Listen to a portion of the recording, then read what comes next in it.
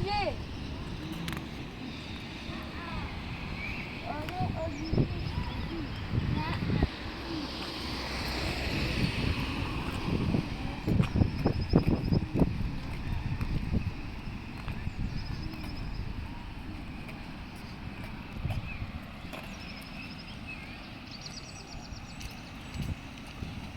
Luna? Hello.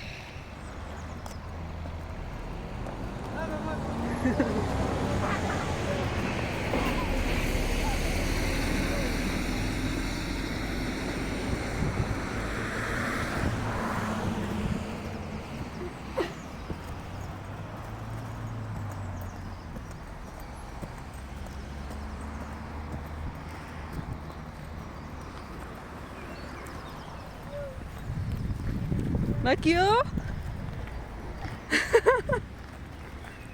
Anh này sửa đó này. Sửa cơ. Sửa. Sửa. Anh mai kêu sửa. Sửa. Nó. Chỉ sửa. Bạn này không có ba tu á, ba mi nhùa bán thay ơ. Nó cần đó lo. Nó cần đó lo nữa nè. Ở tôi nói ở tôi lo. Ở tôi mẹ biết tao là ở tôi giàu á. Để cái tao nó không mà sai chỉ sai. Nó yêu của tôi sai thì bé à, tôi nói yêu của tôi thì blau.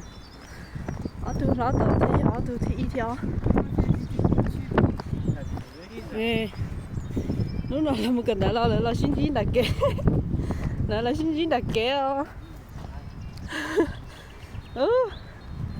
Đến đấy mà nó xin chín à. Ở tôi lo gần một cái có lấy rồi lo. Chứ là xin chín đặc kê rồi mà đến đấy là xin chín nó mà là rốt xét kìa.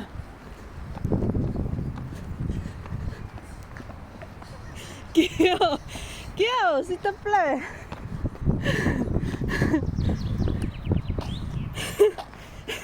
S'il te plaît. Chị cả thấy video này mới nhiều thay gọi nữa là lớn lo là thế lái xe à. Có thấy video mà anh cổ. Sẵn luôn hả? Chị sẽ thấy video kia. Anh chị cũng mới nghe thật thay. Còn nữa là lớn lo là thế lái xe đâu thầu là lớn lo. Nữa là lớn lo chè. Nữa là lớn lo chè là thế lái xe.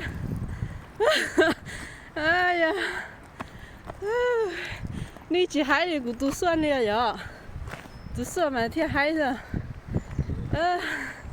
nhớ xong à, kêu, nhớ xong à, có hú đi chào, có hú đi chào, có bao nhiêu xong à, có bao nhiêu xong à, cu 12 ans. Et con Alan, Alan, comment tu sens?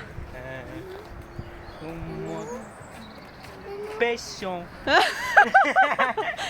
Passion. Còn passion quá. Luôn đâu muốn bác kia.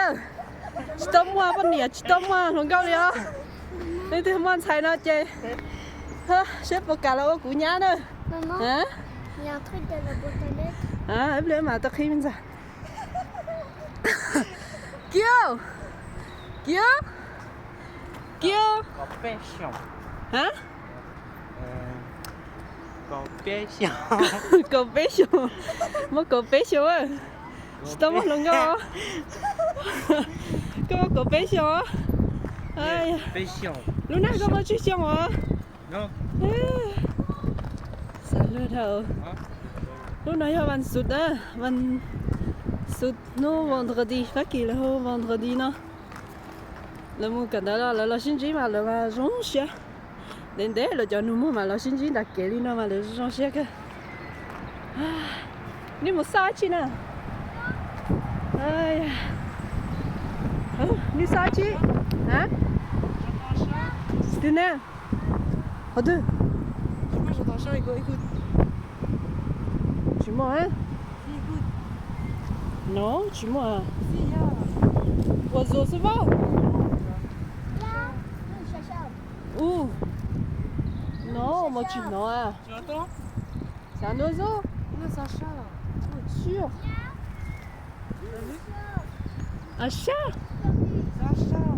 On mange tu t'en là.